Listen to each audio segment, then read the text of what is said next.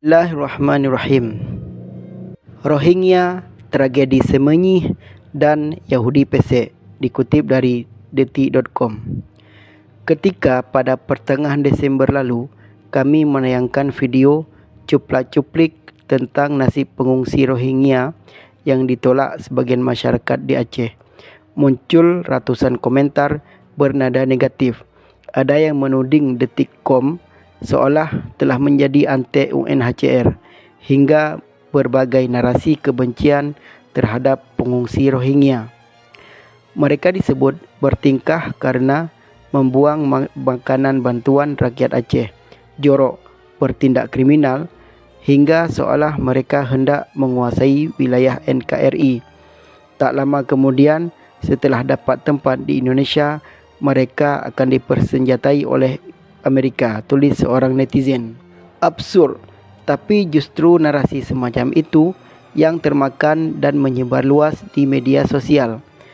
Tak cuma orang awam, sekelompok mahasiswa dari berbagai kampus seperti Al-Wasliyah, Universitas Abul Yatama, Bina Bangsa Get Sempena, STAI Nusantara, dan Sekolah Tinggi Pantai Kulu melakukan aksi usir paksa Rohingya di gedung Balai Mesiraya Aceh, Banda Aceh pada Rabu 27 Desember. Sila kedua Pancasila sepertinya tak pernah lagi mereka baca. Tak heran bila banyak yang terkejut dan mengecam aksi mereka dengan menyebutnya sebagai Yahudi pesek yang mengatasnamakan mahasiswa. Ada pula yang mendukung aksi tak manusiawi para mahasiswa tersebut. Seorang Aceh bergelar doktor ilmu hukum menulis di media sosialnya bahwa seharusnya etnis Rohingya yang jumlahnya jutaan jiwa itu bersatu padu membangun kekuatan untuk melawan ketimbang hidup terlunta-lunta sebagai pengungsi di banyak negara.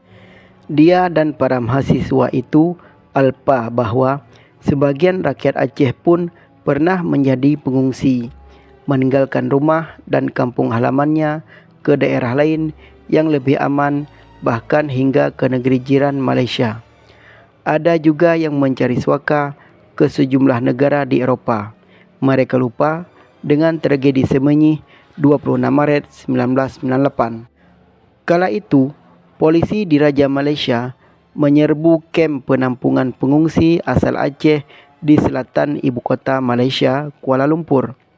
Kekerasan itu menyebabkan 24 orang pengungsi Aceh tewas akibat terkena peluru tajam. Puluhan lainnya luka-luka. Beberapa hari kemudian, sebanyak 545 pengungsi asal Aceh dideportasi secara paksa oleh pihak Malaysia. Bila mau jujur, sesungguhnya apa yang dialami etnis Rohingya jauh lebih memilukan. Pada 1948, pemerintah Myanmar mengatakan Rohingya sebagai keturunan Bengali dan menolak mengakui mereka sebagai etnis dan warga negara Myanmar. 30 tahun kemudian, pemerintah Myanmar di bawah kendali Jenderal Ne Win yang menggulingkan Perdana Menteri UNU pada 1962 melakukan upaya genosida. Lewat operasi King Dragon, sekitar 10.000 orang Rohingya tewas dan lebih dari 200.000 mengungsi ke Bangladesh. Persekusi panjang tersebut kemudian memunculkan kelompok milisi di Myanmar yang beranggotakan sebagian minoritas Muslim Rohingya bernama Tentara Pembebasan Rohingya Arakan atau The Arakan Rohingya Salvation Army (ARSA). Mereka berpusat di Rakhine, negara bagian di wilayah utara Myanmar yang menjadi pusat Muslim Rohingya mengalami persekusi. Lazimnya milisi ARSA beberapa kali melancarkan serangan sporadis yang tidak tersusun matang. Namun, pada 25 Agustus 2017, mereka menyerang 30 polisi dan markas tentara.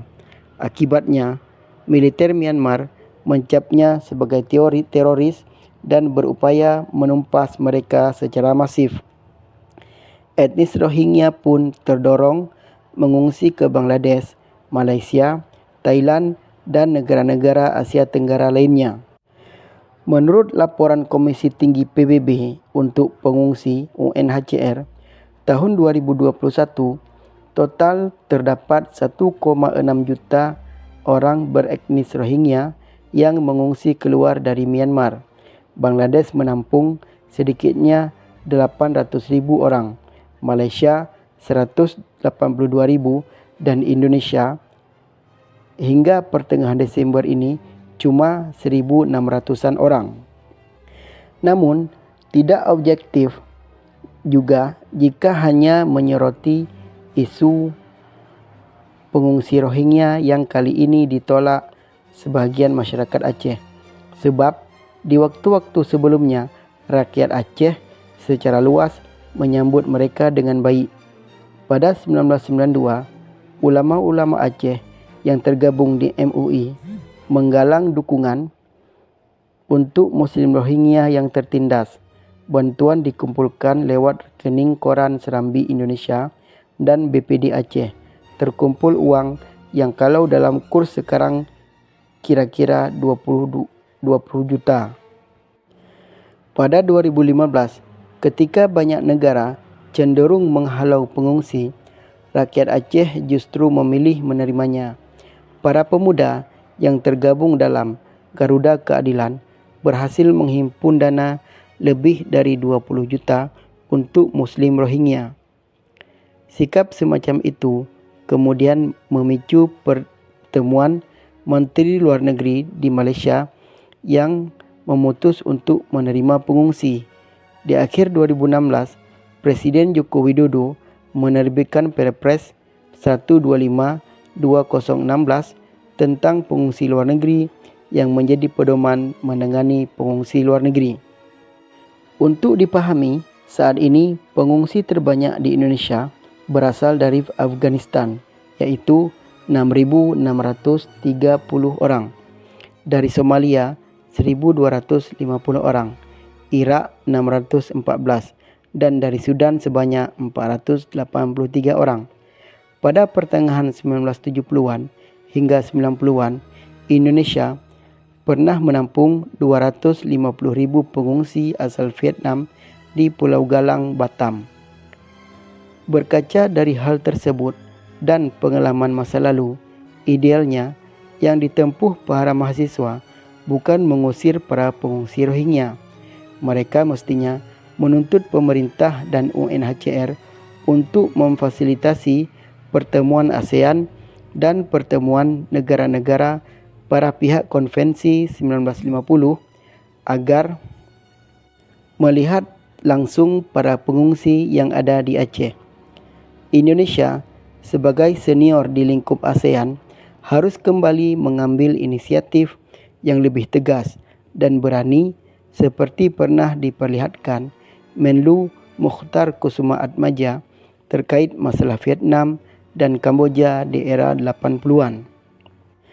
Bahwa junta militer Myanmar harus secepatnya mengakhiri konflik sehingga dapat segera dilakukan repatriasi pengungsi atau pengembalian pengungsi ke negaranya. Penting untuk menetralisir berbagai hoaks di media sosial bahwa etnis Rohingya tidak akan selamanya di Aceh. Mereka hanya transit sambil menunggu penempatan di negara ketiga oleh UNHCR. Pemerintah pusat maupun daerah-daerah tentu tetap memprioritaskan untuk melayani warganya sendiri. Adapun kebutuhan mereka itu dipasok oleh lembaga PBB, IOM dan UNHCR. Di sisi lain, aparat harus secepatnya mengungkap siapa pihak yang telah dengan sengaja mendesain dan menebar narasi kebencian terhadap